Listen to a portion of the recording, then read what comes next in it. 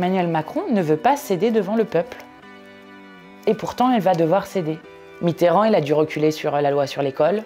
Chirac a dû reculer sur des lois. Si à un moment on veut que la NUPES soit en capacité de gouverner, il faut qu'on ait un programme sérieux. 2022, la moitié des jeunes qui ont été votés ont voté pour Jean-Luc Mélenchon. La Macronie est entièrement responsable du fait qu'il y ait 88 députés RN. Bonjour à tous et bienvenue dans ce grand entretien. Aujourd'hui, je suis avec Jules. Bonjour. Et on reçoit Mathilde Panot. Mathilde Panot, bonjour. Merci à vous. Mathilde Panot, vous êtes députée de la 10e circonscription du Val-de-Marne. Vous avez été élue en 2017, réélue en 2022. Aujourd'hui, vous êtes à la tête du groupe LFI à l'Assemblée nationale. Je vais commencer avec une première question. Est-ce que la violence aujourd'hui, qu'elle soit du côté de la police, qu'elle soit du côté des manifestants, elle est nécessaire pour maintenir l'ordre ou pour changer de régime ou faire passer les lois qu'on a envie de faire passer? Non, et d'ailleurs je pense que lorsque vous arrivez à des niveaux de violence tels que ceux qu'on connaît dans le pays en ce moment, c'est que vous êtes face à un échec et une impasse. Nous, et je le redis parce qu'il y a souvent une caricature qui est faite autour du projet de la France Insoumise, nous sommes les partisans d'une révolution citoyenne par les urnes. Nous ne sommes pas d'accord avec une stratégie de violence qui probablement ne mènera à rien, mais nous ne sommes pas d'accord non plus, et c'est ce que nous répondons à ce que fait le gouvernement en ce moment. Nous ne sommes pas d'accord pour que la seule réponse à un mouvement social d'une ampleur inédite, d'ores et déjà 2023 est rentré dans la grande histoire sociale de notre pays. Nous ne sommes pas d'accord à ce qu'à une crise politique, on réponde par la seule réponse de la force. La force sur l'Assemblée nationale, c'est le 49.3. Aussi, sur le fondement de l'article 49, alinéa 3 de la Constitution, j'engage la responsabilité de mon gouvernement. La force sur les manifestants, c'est les ordres qui sont donnés à la police qui mettent en danger et les manifestants et les policiers. Les têtes, on l'a déjà en photo, t'as juste à te repointer dans la rue prochaine manif. Mais je peux te dire que nous, les têtes, on est vachement figés, on les retient. Mais t'inquiète pas que la prochaine fois qu'on vient, tu monteras pas dans le car pour aller au commissariat. Tu vas monter dans un autre truc qu'on appelle ambulance pour aller à l'hôpital. Et la force sur les grévistes est donc avec une atteinte très forte sur le droit de grève, qui sont les réquisitions. Voilà quelle est la seule réponse du pouvoir aujourd'hui à une aspiration populaire qui anime quasiment tout un peuple. Quand vous avez des chiffres aussi impressionnants que 93% des actifs ne veulent pas de la retraite à 64 ans, ou 80% des gens ne veulent pas de la retraite à 64 ans, alors c'est quasiment tout un peuple contre un seul homme, et ça pose la question des issues démocratiques pacifiques. Donc pour répondre très clairement à la question, non, je ne crois pas que la violence, quelle que soit la discussion qu'on peut avoir sur une police qui, elle, est armée contre des citoyens qui sont le plus souvent désarmés, je ne crois pas que la violence soit l'issue par laquelle on puisse sortir de l'impasse dans laquelle le président de la République nous a menés. Est-ce que l'impossibilité à envisager la violence comme un moyen d'action, elle vient de la perte de crédibilité qu'engendrerait d'assumer cette possibilité en tant que personnalité politique? Parce que des mouvements politiques de gauche, les trotskistes par exemple, appellent de gauche radicale, d'extrême gauche, appellent à une révolution, y compris peut-être avec de la violence. Est-ce que la classe bourgeoise a tellement martelé l'idée que l'ordre devait être maintenu, le dialogue devait être maintenu et la violence condamnée? Est-ce que c'est ça qui empêche de considérer cette idée de violence comme une possibilité politique? Ou est-ce qu'une stratégie de votre part pourrait consister à ne pas y appeler, tout en espérant que la mobilisation se saisisse de cette envie, que l'envie soit suscitée, naisse d'elle-même, sans que les politiques endossent une responsabilité dans l'appel direct? Je le dis, je ne crois pas à la violence, et y compris lorsque vous avez des manifestations qui se passent de manière violente, alors vous avez tout un tas de gens qui ne peuvent pas, eux, participer à tout ça. Et je vais vous dire ce qui me paraît dangereux dans le moment. Ce qui me paraît dangereux, c'est que vous avez des gens qui ont manifesté par millions, jusqu'à 3,5 millions de personnes si vous prenez les chiffres des syndicats. Vous avez des gens qui ont élu des représentants du peuple il n'y a même pas un an, qui allaient voter contre la réforme des retraites. La Première ministre a dit « le compte n'y était pas » et c'est pour ça qu'on a utilisé le passage en force du 49.3. Vous avez des gens qui font grève. Vous avez des gens qui, par les sondages, expriment un rejet absolument massif contre la retraite à 64 ans. Et que se passe-t-il? Rien. Et si nous échouons dans cette bataille, ce qui va se passer, c'est que derrière, vous pourrez expliquer aux gens, venez manifester pacifiquement, venez exprimer démocratiquement par les urnes que vous ne voulez pas de tel ou tel projet politique. Que vont répondre les gens? Ça ne sert à rien. Et après, vous avez des puissants qui vont pleurer à chaudes larmes sur l'abstention, alors que ce qu'ils sont en train de faire, c'est de boucher petit à petit toutes les issues démocratiques, et donc de faire germer dans la tête de plein de gens que finalement, tout ce processus démocratique, puisque la démocratie c'est le conflit, qui normalement permet de régler de manière démocratique le conflit, de permettre pacifier entre guillemets, eh bien en fait ne sert à rien. Et ça c'est très dangereux pour la démocratie. Et moi vraiment j'en suis inquiète. Donc si je dois répondre sur la question que vous posiez, moi je n'irai jamais cracher sur des gens qui ont fait des feux de poubelle, parce que ce n'est pas ça la violence.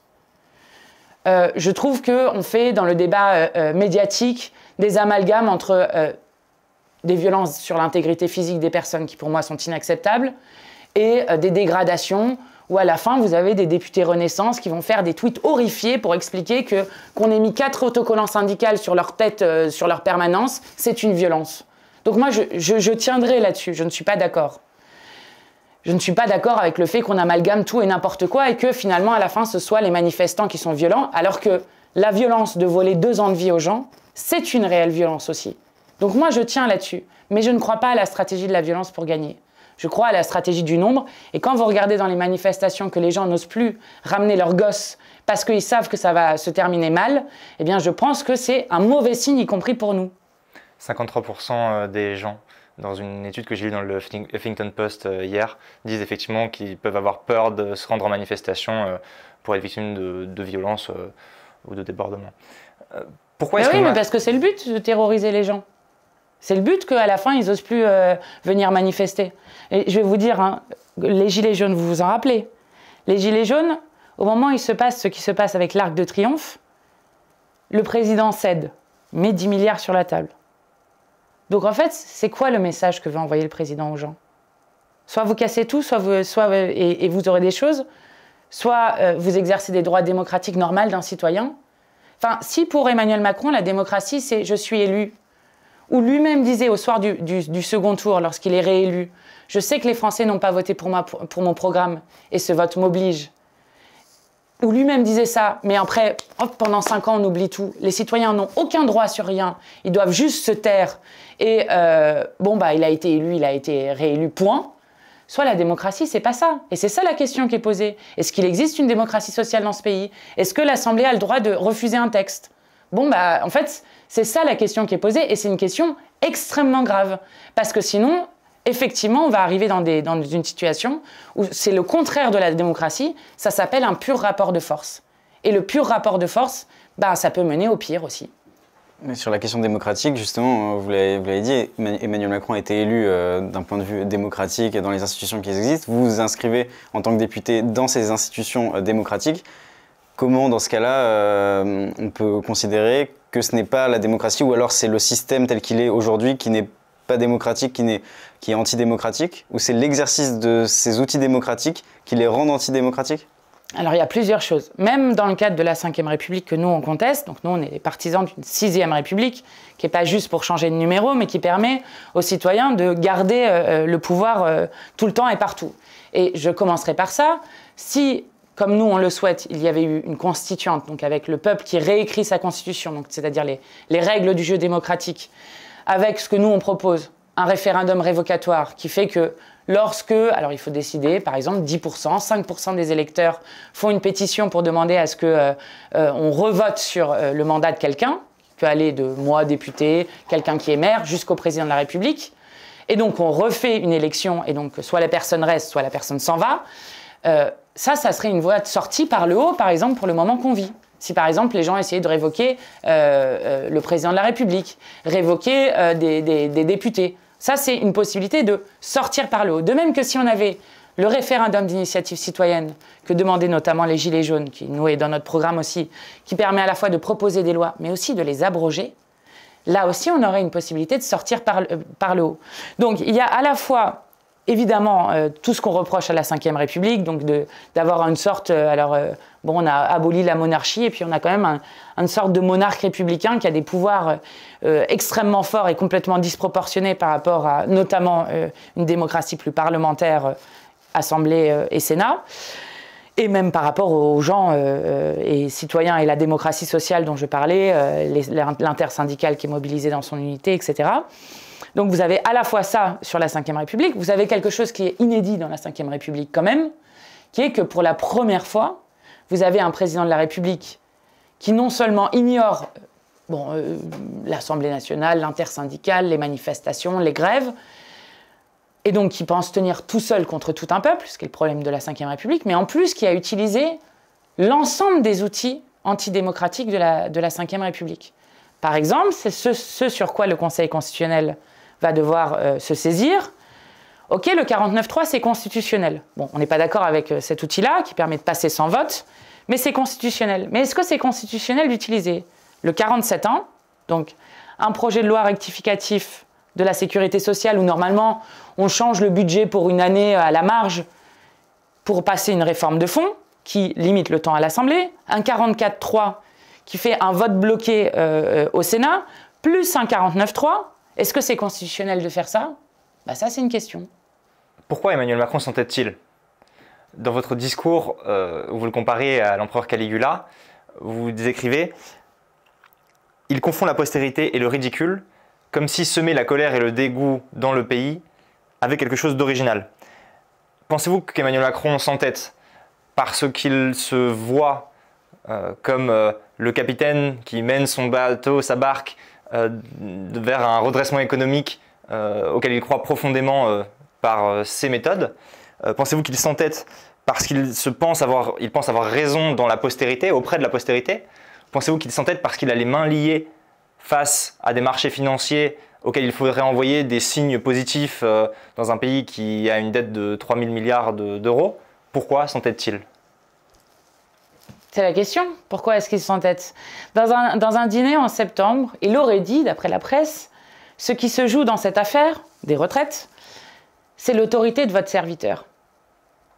Vous avez un président de la République qui, pour des raisons d'ego, de caprice, aussi, alors vous avez raison sur les marchés financiers, on peut avoir des références à ce qui a été dit par la Commission européenne maintes fois, qu'il fallait réformer les systèmes de retraite. Qui a précisé d'ailleurs sur son site internet qu'elle n'imposait pas la réforme des retraites, qu'elle l'encourageait mais ne l'imposait pas. Oui, oui. Mais Ils ont fait un démenti en octobre à ce sujet. En tout cas, bon, vous savez que maintenant, nos budgets, enfin en tout cas nos projections budgétaires doivent être validées. Donc, vous avez raison sur tout ça, mais il y a quelque chose qui va au-delà de ça. Il y a quelque chose qui va sur le fait de ne pas vouloir céder et de ne pas vouloir reculer. C'est pour ça que je parle d'ego ou de caprice de sa part. Parce que vous avez plein de présidents qui ont dû reculer sur des choses. Mitterrand, il a dû reculer sur la loi sur l'école. Chirac a dû reculer sur des lois. Vous avez, et c'est intéressant d'ailleurs dans le moment qui se passe, c'est que moi je dis souvent Macron nous fait honte à l'international parce que les images de répression, elles sont en train de tourner dans le monde entier, avec l'ONU qui condamne l'usage disproportionné de la force, Amnesty International, le Conseil de l'Europe, enfin bon, jusqu'à la Maison-Blanche, ou même, alors bon, ils n'ont pas de leçons à nous donner, mais c'est quand même pour vous dire, ou même en Iran, ils ont pris la parole pour dire qu'ils condamnaient la manière dont la France... Mais enfin, c'est Emmanuel Macron qui permet ça, hein. Enfin, il faut quand même... Après, c'est un jeu politique aussi. Et puis, en même temps, avec un truc qui est magnifique, qui est que le monde regarde la France. Quand vous avez les Italiens qui disent « on regarde le peuple français qui se bat et on espère qu'il va gagner », c'est aussi parce que eux, ça leur permet de regagner des droits. Et les Belges, par exemple, quand on s'est battu contre la réforme de retraite à points, sur laquelle on a gagné, en 2019-2020, les Belges nous ont beaucoup aidés parce qu'on leur avait fait exactement la même réforme quelques années avant et qu'ils avaient réussi à la faire échouer. Et ça nous a aidés dans le combat. Et là, les Belges reviennent nous voir en nous disant « si vous gagnez, cette victoire, ça sera aussi la nôtre, parce qu'elle nous aidera par derrière. » De même qu'au Royaume-Uni, où il y a des manifestations les plus grandes depuis 1979, pour augmentation des salaires là-bas, face à la vie chère, et où ils disent, là aussi, nous on regarde avec une source d'inspiration extrêmement forte ce que fait le peuple de France. Donc je le dis parce que il est en train de se jouer quelque chose qui vient de plein de choses, mais qui est la première chose, c'est que Emmanuel Macron ne veut pas céder devant le peuple. Et pourtant, elle va devoir céder. Parce que je ne sais pas si vous avez remarqué quelque chose, mais Emmanuel Macron a annulé la visite du roi Charles III.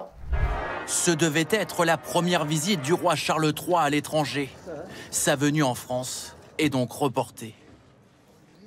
Emmanuel Macron a annulé sa venue au stade où, à 49 minutes et 3 secondes, tous les gens ont sifflé Emmanuel Macron en criant Emmanuel Macron démission.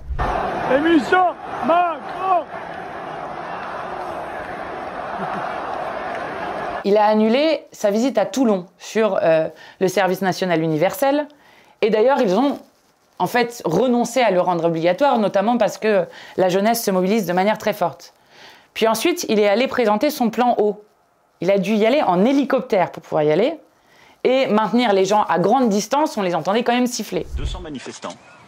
Mais est-ce que ça veut pour autant dire que la République doit s'arrêter et qu'on doit dire on doit attendre de revenir sur les sujets de sécheresse dans un mois? La réponse est non. Elisabeth Borne, lorsqu'elle se déplace, est elle aussi sifflée par des gens qui lui crient démission à tout va.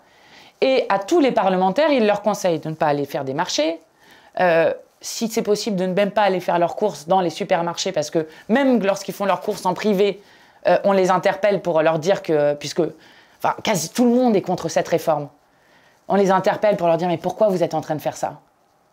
Donc, en fait, vous avez un président qui veut avoir raison contre tout le monde. Donc vous avez une question d'ego de sa part, l'autorité de son serviteur qui se joue. Vous avez évidemment, je parlais de la Commission européenne, des marchés financiers. C'était d'ailleurs marqué dans le projet de loi finances. Hein. Il faut faire la réforme des retraites pour qu'on reste sous le déficit qui est autorisé par l'Union européenne et par les règles qui ont été données dans l'Union européenne, règles que nous contestons sur ces règles budgétaires. Donc c'est tout ça qui est en train de se jouer. Mais à un moment, ils ne vont pas rester confinés pendant des mois et des mois. Et donc, à un moment, ils vont juste devoir céder.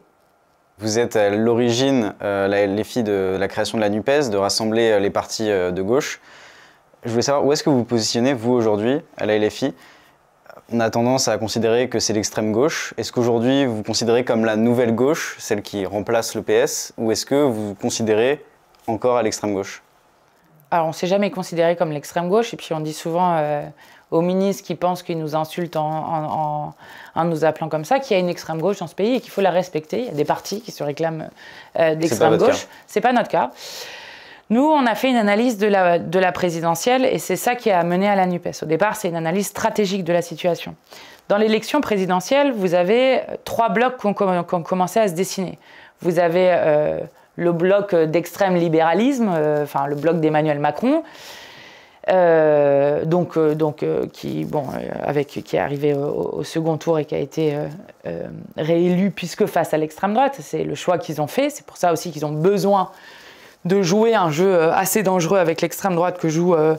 Darmanin en ce moment, et qui est la pièce principale de leur stratégie du moment, en quelque sorte, nous diaboliser la NUPES et dédiaboliser le RN. Vous avez le bloc d'extrême droite qui s'est en quelque sorte recomposé à la fois avec la candidature de Zemmour, et puis on voit bien que ce qui se passe en ce moment, c'est que les Républicains vont potentiellement exploser parce qu'ils n'ont pas tellement d'espace dans la recomposition entre les deux, donc ils sont en train de... Marine Le Pen essaye de faire ce que nous on a fait avec notre bloc à nous, c'est-à-dire de prendre la main sur une partie des LR et de les diviser comme ça et de créer son bloc qui serait un bloc où finalement l'extrême droite est surbanalisée, complètement normale, aucun souci. Et puis nous, il y avait Jean-Luc Mélenchon avec ses 8 millions de voix et puis les autres candidatures de gauche ou écologistes qui, eux, étaient en dessous des 5%, à 5 ou en dessous des 5%. Donc nous, on a fait le choix, mais qui est une analyse stratégique de la situation, de dire on a besoin d'unifier le bloc populaire.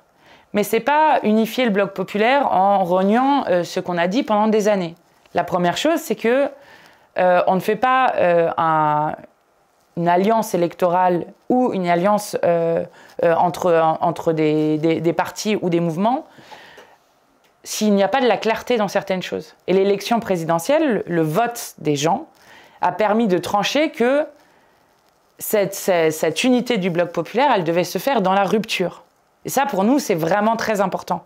C'est pas on s'unit en disant bon bah les désaccords, on les cache sous le tapis et puis vous avez à boire et à manger dedans. Non, c'est d'abord une alliance électorale qu'on a faite avec un programme de gouvernement qui compte 450 mesures.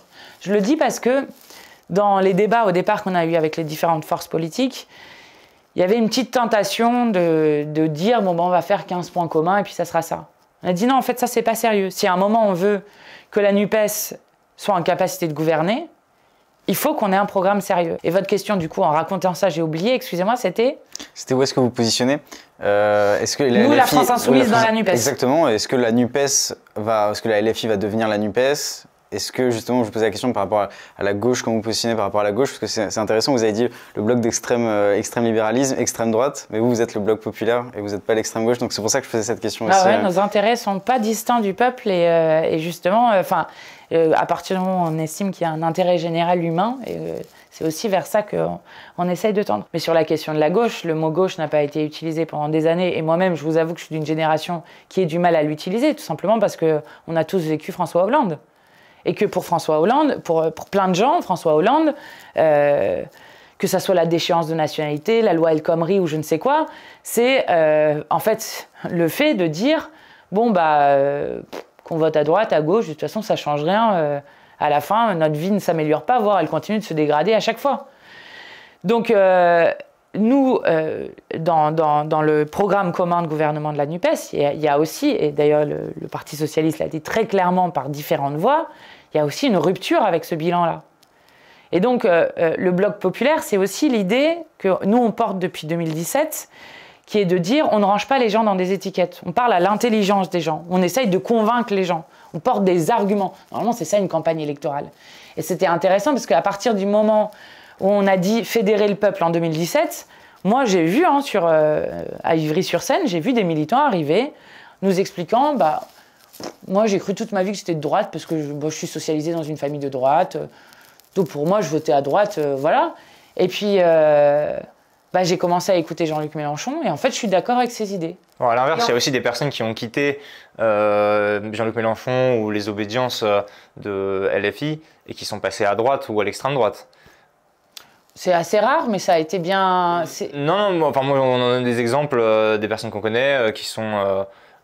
et qui le revendiquent d'ailleurs, des personnalités d'extrême droite sur les réseaux sociaux, etc., qui disent à une époque je votais la France Insoumise ou Jean-Luc Mélenchon et aujourd'hui je me suis rendu compte qu'il y avait telle ou telle chose qui, moi, me paraissait illusoire ou complètement ahuri. Alors beaucoup sur les questions d'immigration, etc., qui sont des traits de l'extrême droite, mais il y a aussi cette dynamique inverse, peut-être plus modeste, mais ça existe. En tout cas, la dynamique de 2017 et 2022, c'est d'avoir à la fois tiré plein de gens de l'abstention avec des gens, et notamment des jeunes qui s'intéressent à la politique. 2022, la moitié des jeunes qui ont été votés ont voté pour Jean-Luc Mélenchon. Le président du Mexique, il disait « la France a un bel avenir devant soi ». Ça dit quand même quelque chose de dynamique. Et puis oui, après, on assume une clarté sur le programme, ce que je disais. C'est important d'avoir une clarté sur le programme qu'on défend. Parce que sinon, effectivement, on se retrouve avec des choses, on se colle des étiquettes. Alors nous, on parle au peuple de gauche, nous, on parle à tout le peuple. Voilà. Et pour nous, c'est important, en fait, parce qu'on pense qu'il y a, sur des grandes questions, que ce soit, je parlais des questions écologiques tout à l'heure, sur les questions sociales, il y a des choses où on crée des transversales qui sont intéressantes. Et alors, je n'ai pas regardé sur 2022, mais en 2017, ce qui était intéressant dans le vote Jean-Luc Mélenchon, c'était que c'était le vote le plus transversal sur les questions de classe sociale, entre des cadres et des ouvriers, pour le faire de manière très schématique. Et je trouve que c'est intéressant, en fait, d'avoir cette transversalité, parce que c'est ce qu'on recherche aussi dans ce que nous, on crée. Et puis, ça fait quand même 9 mois qu'on nous explique toutes les semaines que la NUPES va s'effondrer, que la NUPES ne tiendra jamais, que l'alliance de la carpe et du lapin et je ne sais quoi. Moi, j'observe que la NUPES, elle se renforce plutôt.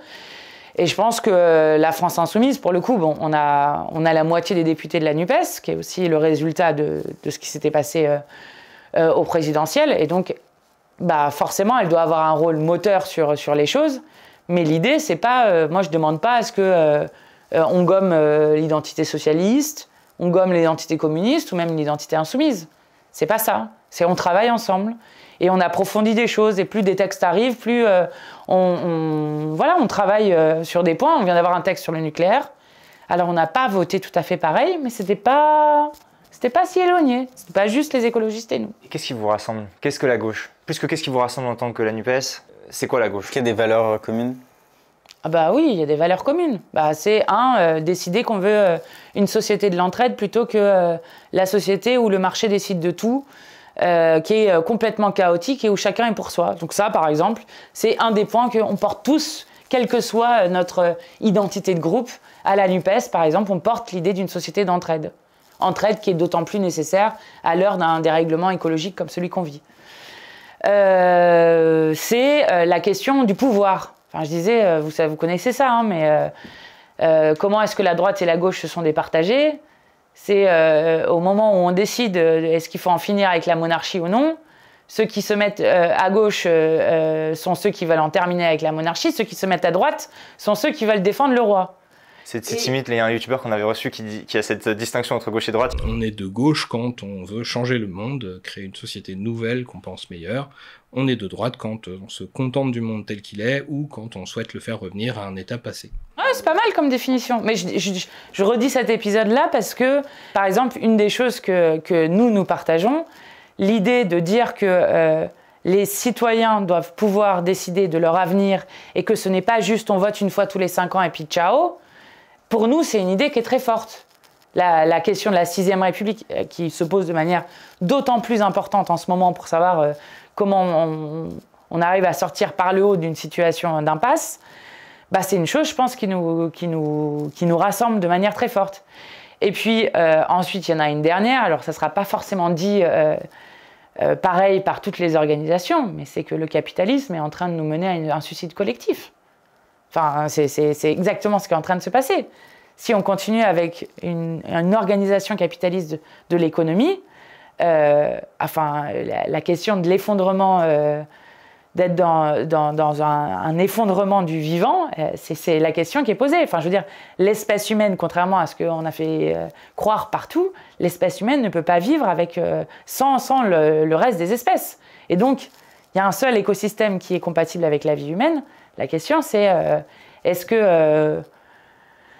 qu'on continue dans un mode de production et de consommation qui est un suicide collectif avec des plus riches qui espèrent s'en sortir. Alors, c'est le fondateur de PayPal qui essaye de faire son île artificielle avec quelques millionnaires ou milliardaires. Enfin, c'est une question essentielle qui est posée à l'espèce humaine. Et franchement, quand vous voyez ce qui se passe en ce moment en Bangladesh, quand vous voyez ce qui s'est passé à Madagascar avec la première famine directement liée au dérèglement climatique, je cite ce que dit l'ONU dessus, où vous avez des mères qui font mâcher des lanières de cuir à leurs gosses pour qu'ils aient l'impression d'avoir des choses dans le ventre. Enfin, je veux dire, c'est ça qui est posé. Hein. Est-ce qu'on continue à laisser les riches détruire notre planète et avec toujours les mêmes qui trinquent en premier, c'est-à-dire les pauvres? Je pense que ça aussi, c'est une chose, parce que alors le dérèglement climatique, ça crée une éco-anxiété chez plein de gens qui est paralysatrice, angoissante, tout ce que vous voulez. Bon, c'est aussi l'occasion pour le coup, de changer complètement de modèle de société, parce qu'en fait, on n'a pas le choix aussi. J'ai compris que vous n'aimez pas le terme gauche, mais vous... C'est pas que je l'aime pas, c'est que pour plein de gens, c'est connoté d'une manière qui ne me plaît pas. Mais justement, il y a plein de gens, enfin vous dites quoi à ces jeunes ou ces gens de manière générale qui sont de gauche, qui pensent avoir des valeurs de gauche et qui pourtant vos envies de changer d'institution, instaurer une 6e République peuvent s'apparenter à du chaos et avoir peur de ce chaos aussi qui pourrait arriver potentiellement et veulent vivre avec des valeurs de gauche, voter pour des gens qui ont des valeurs de gauche et pourtant ne pas vouloir changer l'ordre tel qu'il est. Je sais pas, moi j'observe que le chaos actuellement, rappelez-vous quand même, c'est drôle, non? Il y a pratiquement 1 an, c'était le premier tour des élections présidentielles. Rappelez-vous des campagnes qui étaient menées. Si Jean-Luc Mélenchon était élu, alors les prix allaient grimper, le chômage allait exploser, les entreprises allaient arrêter de produire, on se retrouverait dans un chaos indescriptible. Mais excusez-moi, mais ça c'est le monde de Macron, hein. Regardez ce qui se passe aujourd'hui. Les gens n'arrivent plus à vivre dignement. Enfin, tout le monde se demande comment il va payer à la fois ses factures d'énergie, son loyer, la cantine de ses gosses, la vie chère sur les prix alimentaires qui explosent.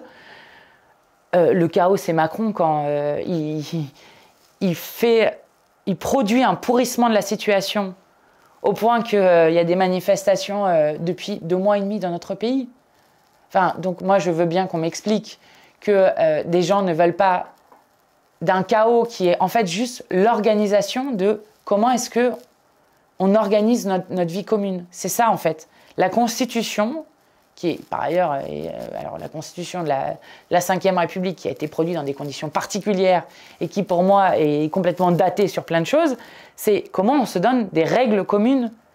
Alors, je ne dis pas que ce que nous, on propose à chaque fois, ça sera... Nous, on propose, c'est simple, la Constituante, parce qu'il faut quand même dédramatiser des choses. Déjà, ça s'est passé dans plein de pays.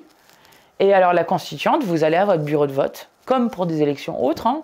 Alors, vous avez la France Insoumise, alors c'est nous.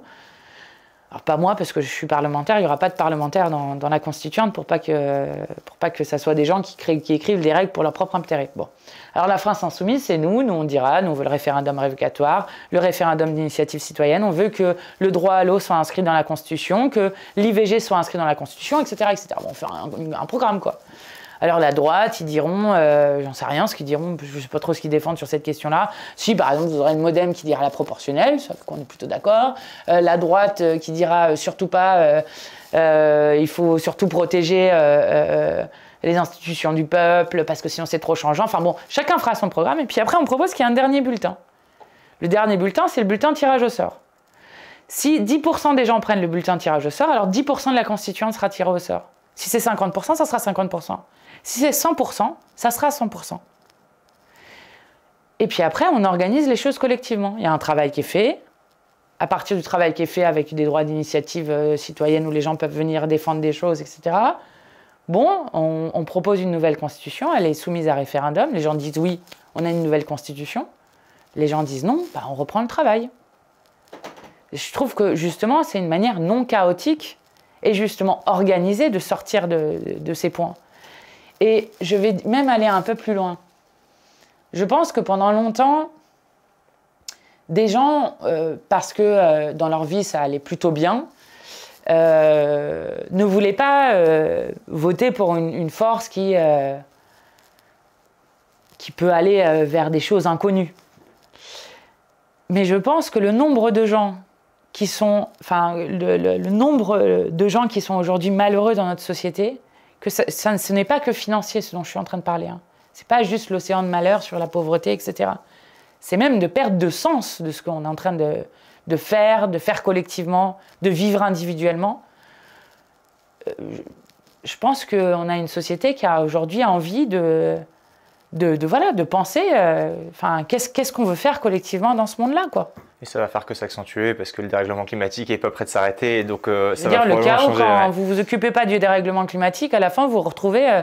avant la tempête de 99, les pompiers étaient intervenus quasiment immédiatement, on avait rétabli les lignes électriques. Maintenant, de plus en plus, comme on a détruit les services publics, de plus en plus, vous avez une grosse tempête, vous avez une grosse inondation. Pour rétablir les choses, ça met 3 semaines, 1 mois, et puis peut-être encore plus. Enfin, je veux dire, c'est ça là, le chaos dont on est en train de parler. Hein. Aujourd'hui, vous avez su vous imposer comme des figures justement de la gauche, je réemplace ce terme, mais des figures justement majeures de la gauche qui incarnent cette gauche, voire un peu plus extrême gauche. Je reste là-dessus.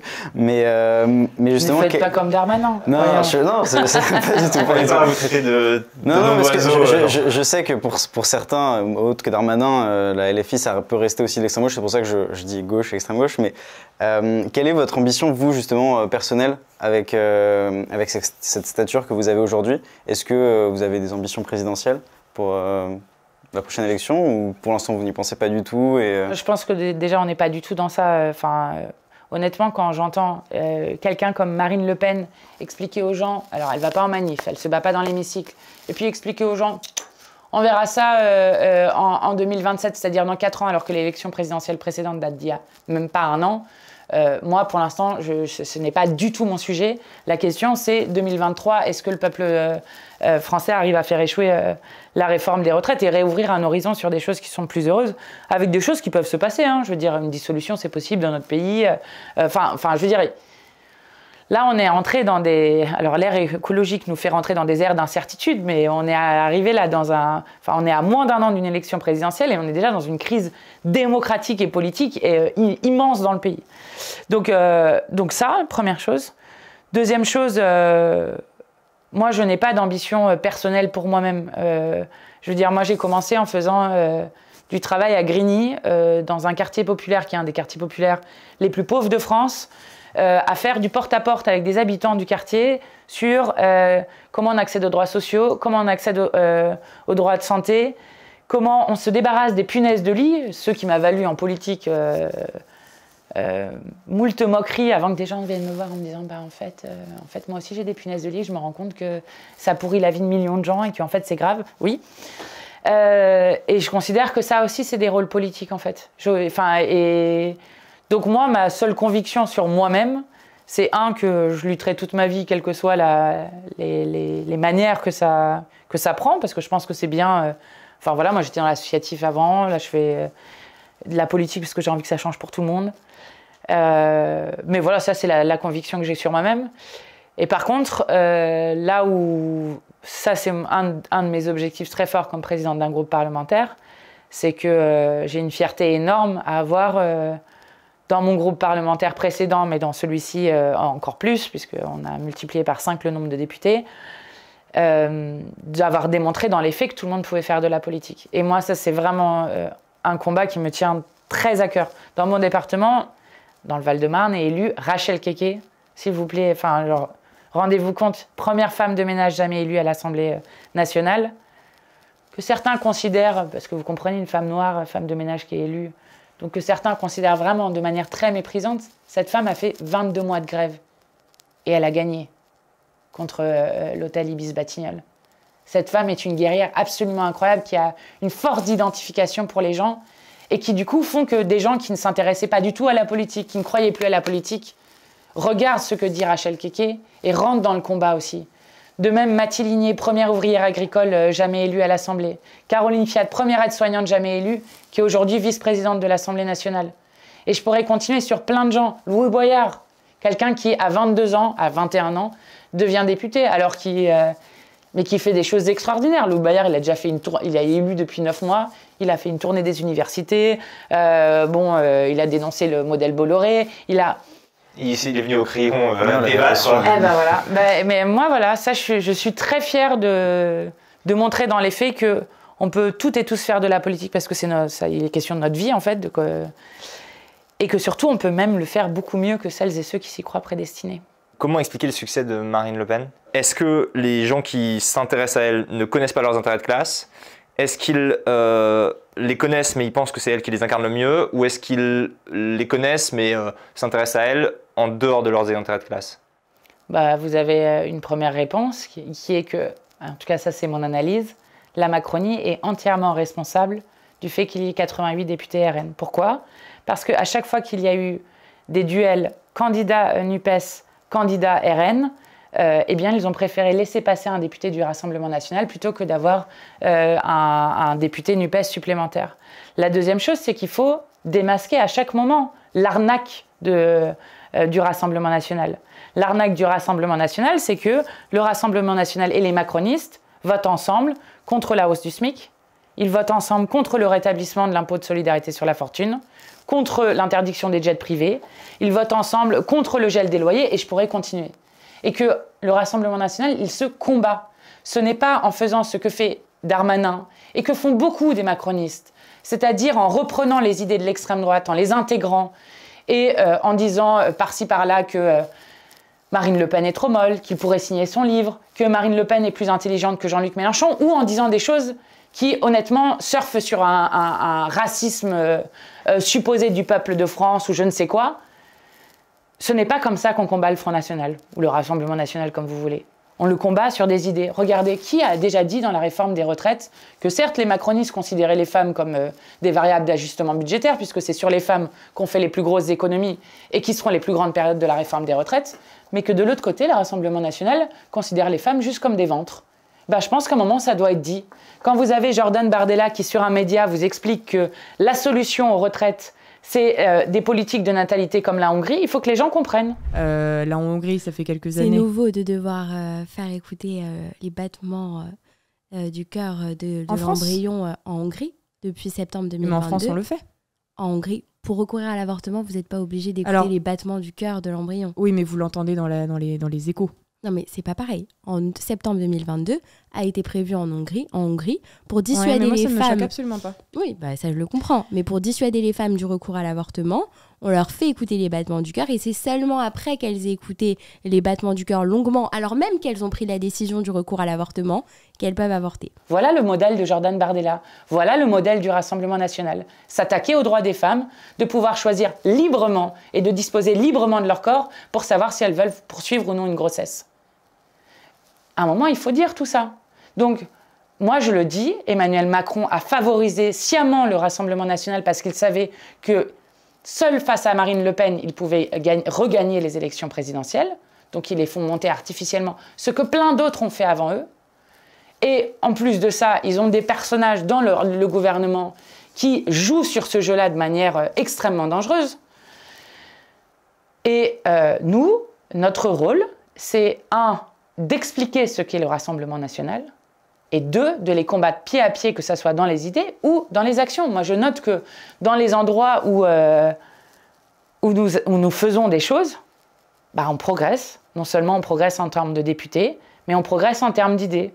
Moi, quand j'avais monté les caravanes d'égalité des droits, à la fois sur le côté les droits sociaux, donc information sur les droits sociaux, parce que plein de gens n'ont pas accès à leurs droits, contrairement à un discours qui est dit sur les assistés, enfin à cause du discours des assistés notamment, et sur le fait de s'inscrire sur les listes électorales, sur la question justement de l'abstention, ben, les quartiers populaires où on a été plein de fois, ben, le Rassemblement national régresse.